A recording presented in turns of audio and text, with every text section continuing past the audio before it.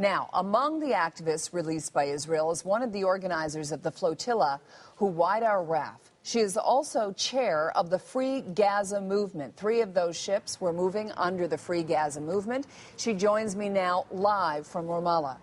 Huwaida, let me ask you first, what's your reaction to hear that Israel is going to release all of the detainees?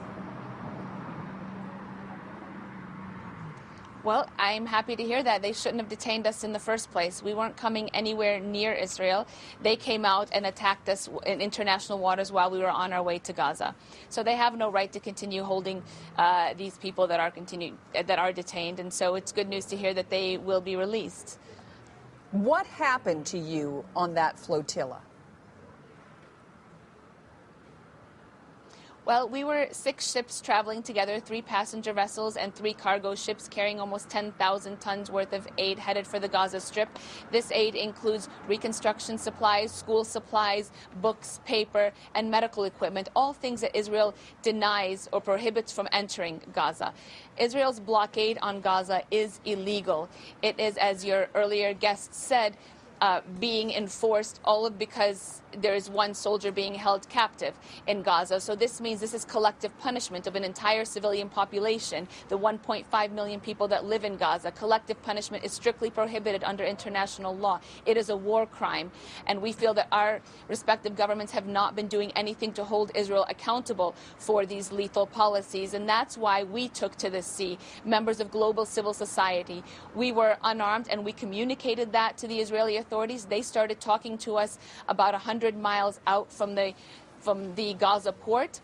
We identified ourselves as we have on previous occasions, and we urged them not to use force against us. We told them we are members of parliament, doctors, nurses, human rights workers. We are carrying humanitarian aid. We are not carrying anything that constitutes a threat to them. Do not attack our vessels. They chose to attack our vessels. But let me say this. So are you saying the Israelis are lying and the video that we've seen is wrong, that there were no weapons on board any of those ships and there were no attacks on Israeli soldiers? Let me tell you what happened in our ship. I was on the Challenger 1, which is an American flag vessel, and we had Americans, British, Irish nationals all with us. When the Israeli authorities came upon our boat, they used taser guns. We did not have anything but our bodies trying to prevent the Israeli soldiers from boarding, and we were trying to hold them back with our hand. They tasered people. They threw sound grenades, explosives onto the boat. Then they hopped on, heavily masked with their guns, and started beating people. We tried to prevent them from getting into the wheelhouse, from taking over the boat, but just with our bodies. They grabbed me by the head and smashed my head into the deck of the boat that we were on, then handcuffed me and put a bag over my head. I had absolutely no weapons. It was an agreement amongst the coalition that formed this Freedom Flotilla that we will have no weapons and we will use no weapons. I saw them approach because we were traveling side by side with the biggest passenger ship, the Marmara, the Turkish ship, and I saw them descend upon that ship. I saw the people on the ship using water hoses, water to keep them away, and the Israelis throwing sound grenades on that boat and opening fire. Whether it was live or not or something else, I don't know, but I do know that they were the only ones with guns, and they jumped on that ship. They were being aggressive. Whether or not people tried to defend themselves, I'm sure they did. And I did see pictures in the Israeli papers of knives that they found on the boat, but it's only, we're talking about almost 600 people on a boat. They were cooking for the people every day. There were kitchen knives on that boat, but there were no guns on that boat or any other kinds of weapons. Huwaida, let me ask you this. I mean, let me ask you straight up. I mean, some people are going to look at this. This is your 9th try. The Israelis say they tried to say to you, you aren't going to be allowed this time to go through, but we will take the material, get it security checked through the port of Ashdod, and we'll get it into the Gaza Strip. But there's no way you're going into Gaza. Why do you do this time after time? Are you looking for provocation? We are not looking for provocation, but we are intent in challenging the policy that leaves Palestinians in need of humanitarian aid. Right now, you have a condition where 1.5 million Palestinians are trapped. They cannot move freely. They do not have access to adequate medical care. They cannot travel for personal business, for educational purposes. Israel trickles in a certain amount of food aid and basic medical and sanitary supplies just to keep the people on the verge of, so they're not starving, so Israel can say that the people of Gaza are not starving. But this is a blatant violation of people's rights.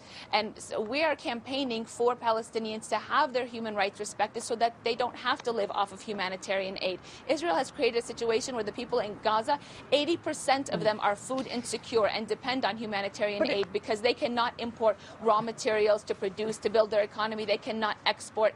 And Israel's declaration that it offered us to deliver our aid through them is very disingenuous because we were carrying supplies such as cement, paper, books, things that Israel does not allow into Gaza. Here's the other issue, though. And if they were going to do that, then why attack our ships the way they did? But it's curious that also Egypt didn't allow you in. They only opened their borders today, some say under public pressure, but they also have the same, they offered you the same thing, and they also have a ban on any movement of supplies into Gaza. Why do you think Egypt and Israel want this ban in place, that they want this blockade in place? Well, the blockade is enforced by Israel. Israel controls Gaza by air, sea, and land. You're right in saying that there is one border that is controlled by the Egyptians, but indirectly controlled by Israel, and Egypt does not open or close it without Israel's permission. So we need to pressure Israel to lift this blockade completely. The onus is on Israel. Israel is the occupying power instituting this collective punishment. And therefore, you know, our intent was to... Huwaida, I just want to say, I know your intent was to get the aid and to draw attention. Let me say this to clarify. Okay.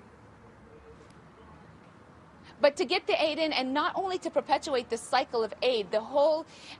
What's happening in Gaza now, it's a humanitarian crisis, but it's a man-made one as a result of deliberate policies. And these policies that leave people in need of aid need to end so that Palestinians can lead normal lives. So it wouldn't have been sufficient for us, for Israel, to trickle in a little bit more aid. I need to ask you this very, very quickly. We talked to our reporter in Jerusalem, said, look, this blockade would go away if Hamas would give back the captured soldier, which is what caused this blockade in the first place, the soldier that's been kidnapped for a number of years. Do you also lobby Hamas to do that so the people of the Gaza Strip can be fed and get humanitarian aid? First of all, that is a very dangerous comment because it's kind of justifying the collective punishment of 1.5 million people based on one Israeli soldier that's being held captive when you have right now over 8,000 Palestinian political prisoners in Israeli jails, also many of them who don't have visitation rights from their families, sometimes banned from seeing the International Committee of the Red Cross. So it's absolutely not right to equate the two.